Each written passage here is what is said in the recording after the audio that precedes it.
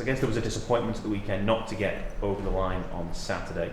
Taking a step back, still plenty of games to get the job done, and the opportunity to do it in front of your full house at Ibrox. It could work out quite nicely. It could work out.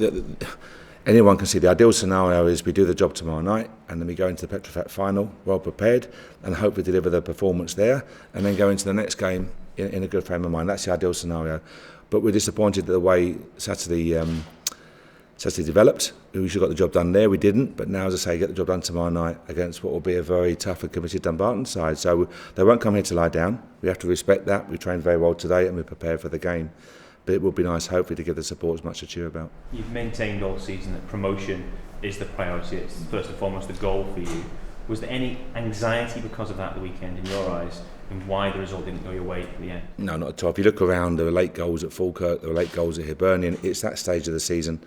And you respond. We've got a young group of players, and we spoke about responding to the crowd. They can hear the crowd, they can hear the noises, and they know there's something going on. So did it impact us? Did we lose focus and concentration? If we did, we have to improve on that, because in the weeks ahead and the games ahead, that will happen time and time again. So we have to keep learning from it. So if it did impact us, will we be better for it and better prepared next time? I hope so.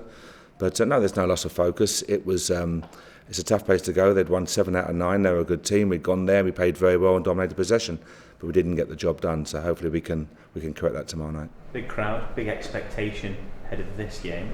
How do you ensure that doesn't become a distraction, or the players don't think it's a formality, just turn up and the job? No, that's our job, to make sure that they're more than well prepared. And you have to enjoy tomorrow night. A sell-out Ibrox crowd with a chance to win the title is fantastic. For a young player, for any player, for Kenny, Lee and all the young guys that come in, what a magnificent opportunity to do it. Something that you work all your career for, and you want to be part of those type of games. But our focus has to be get the job done tomorrow night, and everything geared towards Sunday, another tough test. Everything then geared towards the following weekend, another, etc., etc. It's that way. Hibs on the 20th, Alloa on the 23rd, Livingston 26th. The games come thick and fast. And what we don't want to do is let this season peter away. We want to make sure that we're highly competitive and well prepared for every game. Might it require a bit of patience tomorrow night? You know, you talk about the big crowd, and if it goes on and you haven't managed to get your noses in front, is that something you'll be trying to hammer home? Yeah, and again, I'll repeat, Dumbarton aren't going to come here and lie down and let us have a party. That's not going to happen. They had a tough result against Queen in the South. They corrected that with a good draw, and they'll come here determined to make sure they put on a performance. They'll enjoy the crowd as well. Ibrox is a magnificent stadium. You know, sell-out crowd tomorrow night. They'll enjoy it as professional players. So our job is to make sure they don't enjoy it too much. I know you were disappointed losing the goals at Falkirk, but given that it's sort of happened again in the couple of games that's followed, have you managed to put your finger on why that's changed from the very impressive defensive performances? We were very impressive up to that point, and there's no doubt that we've conceded 9 goals in 3 games, which is unacceptable. But again, sometimes you can overanalyse. There were 2 the first goal at Falkirk, wonder strike, top corner. The first goal Saturday took if you look at the replay, it took a 90-degree spin and the guy hit it on the full. It was a screaming volley. Wes had no chance. So it was 2 magnificent goals. But if you're beaten by those type of wonder strikes, sometimes that's the random nature of football, and you have to deal with it. 9 goals and not 1 headed goal against us. So there's not an aerial threat that we're exposed to, for example. So we're looking at what we can do better. We have to be tighter and harder to beat, that's for sure. But I don't think there's one area that we're exposed on at the moment. You've spoken before, when you gain promotion you want to have a lean squad. How many players do you want vying for that centre back position? We've got 3 this year. If we go up and all goes well, maybe we need to have 4 for that position.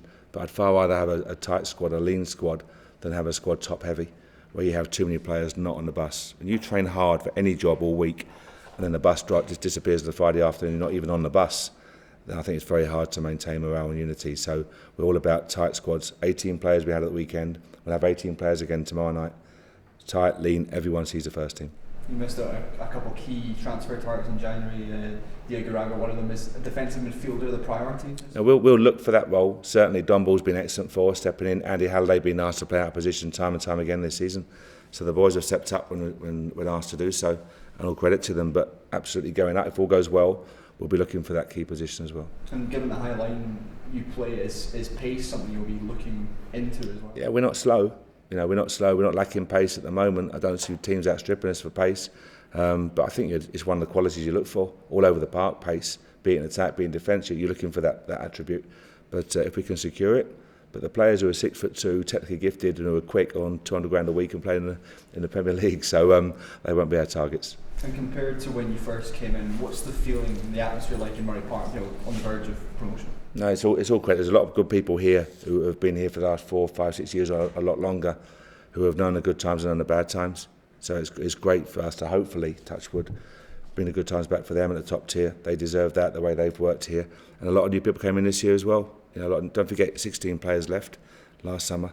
11 guys came in right at the very outset, and young players.